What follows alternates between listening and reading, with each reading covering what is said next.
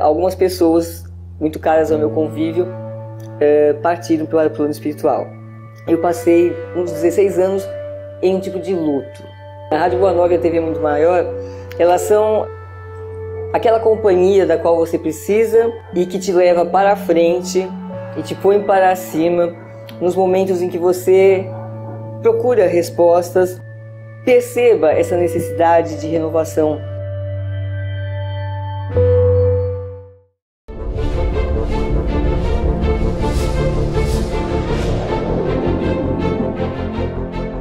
Olá, meus queridos telespectadores da Rede Mundo Maior. É com muita alegria que iniciamos mais um programa Abrindo a Bíblia na TV. Hoje, ainda nesse início de ano, nós vamos começar a falar sobre tirar uma dúvida de um telespectador que eu achei interessante, porque ele faz uma pergunta onde ele diz assim: professor, eu gostaria que o senhor me esclarecesse, se possível, por que é que Jesus iniciou as suas parábolas com a parábola do semeador. Eu achei interessante essa pergunta, primeiro porque muita gente não sabe que essa é a primeira parábola ditada ou realizada ou exposta por Jesus. E segundo, a importância que tem essa parábola para quem começa um ano como nós, para quem está organizando e reorganizando seus trabalhos. Nós estamos agora partindo para o 13º ano, se eu não me engano, não é isso, Bob? 13º ou 14º? 14º ano, Bob está me dando aqui a notícia, já são... Para o ano nós vamos ser debutantes nesse programa, se Deus quiser. E eu achei essa pergunta interessante. E eu queria, antes de responder essa pergunta, voltar àquilo que sempre foi uma ótica nos nossos estudos, nas nossas exegeses do Evangelho, a história por trás dos acontecimentos. Porque Jesus era um judeu, pregava para judeu, estava numa região não da Judéia, mas da antiga Palestina, que era uma região muito conhecida, até mesmo porque era discriminada, que é a Galileia. Jesus criou-se na Galileia. E Jesus, quando ele vai à sinagoga de Nazaré, que ele lê o profeta Isaías, não é aceito.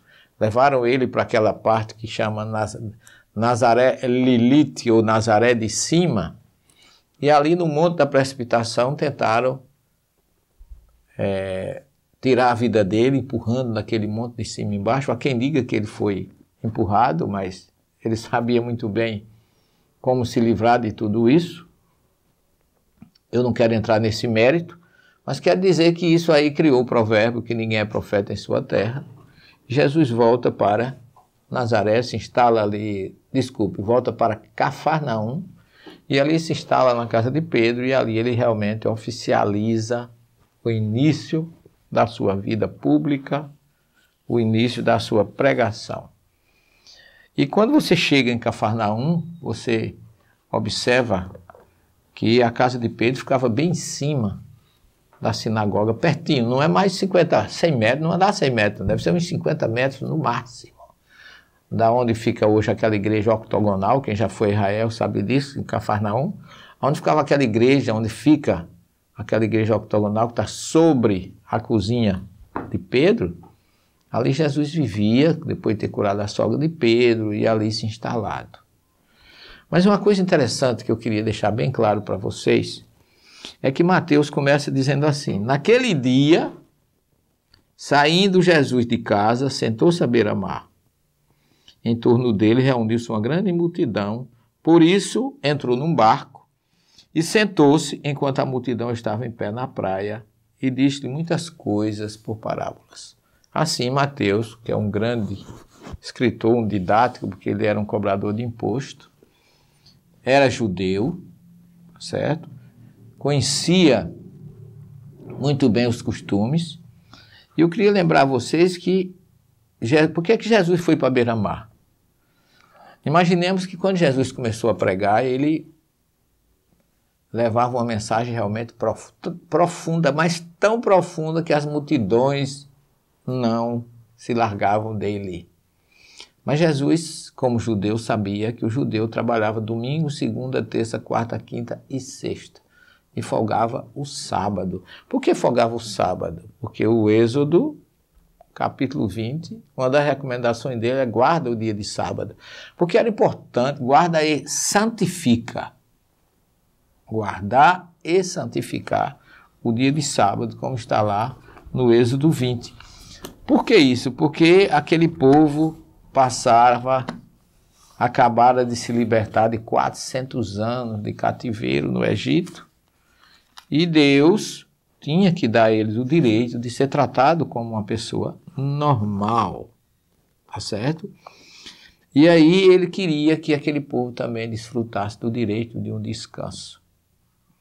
É porque a palavra Shabat, Sheva, vem de Sheva, que é sétimo, é o sétimo dia. Então trabalharás 6 dias e descansarás no sábado. E aí eu estou procurando aqui o versículo, está aqui, ó. 20, versículo 8. Lembra-te do dia de sábado. É para santificá-lo. Quer dizer, é um dia para vocês santo. O judeu chama Yom Tov, que em hebraico significa ao pé da letra dia bom, porque é o melhor dia da semana. Trabalharás durante 6 dias e farás toda a tua obra. No 7º dia, porém, é o sábado de Deus. Não farás nenhum trabalho, nem tu, nem teu filho, nem tua filha, nem teu escravo, nem tua escrava, nem teu animal, nem o estrangeiro que está em tuas portas. Porque em 6 dias Yahvé fez o céu, a terra, o mar e tudo que nela contém, mas repousou no 7º dia. Por isso, Yahvé abençoou o dia de sábado e o consagrou. Além disso, porque vocês agora vão ter direito de descansar, que até então eles trabalhavam durante muitos anos, 400 anos, sem ter nenhum repouso e sem ganhar nada. Então, por que é que eu estou dizendo isso? Porque eu quero lembrar vocês, para que vocês gravem, para entender melhor o Jesus judeu e a sua mensagem judaica, que o dia preferido de Jesus para as suas pregações, aliás, não diria preferido, escolhido por sabedoria, era o sábado. Por quê? Porque estava todo mundo de folga. Hoje nós cristãos, católicos, a Igreja Católica, eu falo mais da Igreja Católica, porque eu fui católico, nós guardávamos o domingo, e a gente trabalhava até o sábado e o domingo ia para a missa. Era o dia do encontro na igreja. O judeu tinha o dia do encontro na sinagoga, no sábado. Então, Mateus diz assim, saindo Jesus de casa, sentou-se à beira-mar. Por que ele não foi para a sinagoga? Não era um sábado? Porque Jesus já estava tão famoso, tão conhecido, que a sinagoga não cabia mais àqueles que queriam ouvi-lo. Então, em vez de sair da casa de Pedro, ele pegar a direita para a sinagoga, ele pegou a esquerda para a beira-mar. E aí ele entrou num barco e começou a pregar.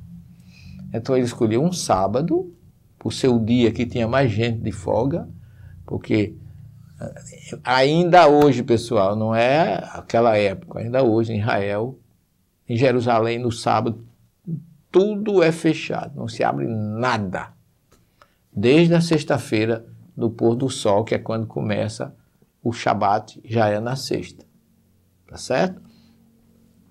Então, por isso que as grandes pregações, Sermão do Monte, entrada triunfal em Jerusalém, vá guardando aí todos esses acontecimentos, que foram todos realizados no dia de sábado.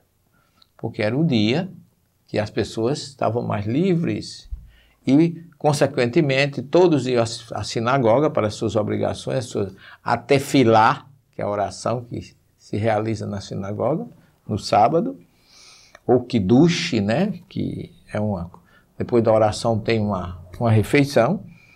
Então, Jesus escolheu aquele dia. Então, vamos ver o que é que ele diz como primeira de sua parábola, para responder a pergunta do nosso querido telespectador. Jesus começa a dizer assim, segundo Mateus, eis que o semeador saiu para semear, E ao semear, uma parte da semente caiu à beira do caminho, e as aves vieram e a comeram. A outra parte caiu em lugares pedregosos, onde não havia muita terra. Logo brotou, porque a terra era pouco profunda, mas ao surgir o sol, queimou-se, e por não ter raiz, secou. Outra ainda caiu entre os espinhos cresceram e a sufocaram. Outra parte, finalmente, caiu em terra boa e produziu fruto, uma 100, outra 60 e outra 30. Quem tem ouvidos, ouça. Interessante, né? Por que Jesus colocou isso aqui, meus irmãos? O que é que isso tem a ver com o semeador? Por que Jesus colocou, depois de fazer toda essa belíssima colocação parabólica, e aí eu vou deixar para vocês, para a segunda parte do nosso programa, uma pergunta. Por que ele chamou de parábola do semeador e não parábola do agricultor? Ele não está falando de plantação, de como colocar semente na cova. Né? Eu fui semeador na minha infância, na agricultura do meu pai. A gente saía de madrugada com uma bacia, com a cuia na mão, uma bacia, uma vasilha qualquer, para semear um legume que tem aqui no Nordeste chamado fava, que eram 2 caroços por cada cova. Então você não podia botar 3, nem 4, nem 5, nenhum. Tinha que ser 2, que era a quantia que meu pai queria que colocasse. A fava com o milho, que aí era a chamada agricultura seletiva. Era 2 caroços de fava e 3 de milho. Surgia aí cada um dando uma. Mas isso aí é uma técnica nordestina de semear, de plantar. Isso aí já é outra coisa. Mas eu quero que você entenda isso, porque Jesus recomendou isso, e ele não chamou parábola do agricultor. Porque ele falou de solo fértil, solo pedregoso, solo raso, solo profundo. E aí no fim ele diz, finalmente caiu em terra boa e produziu uma 100, outra 60 e outra 30. Você sabe por que Jesus disse isso? Não saia daí, que nós estamos de volta num minuto para lhe dizer o porquê. Até já.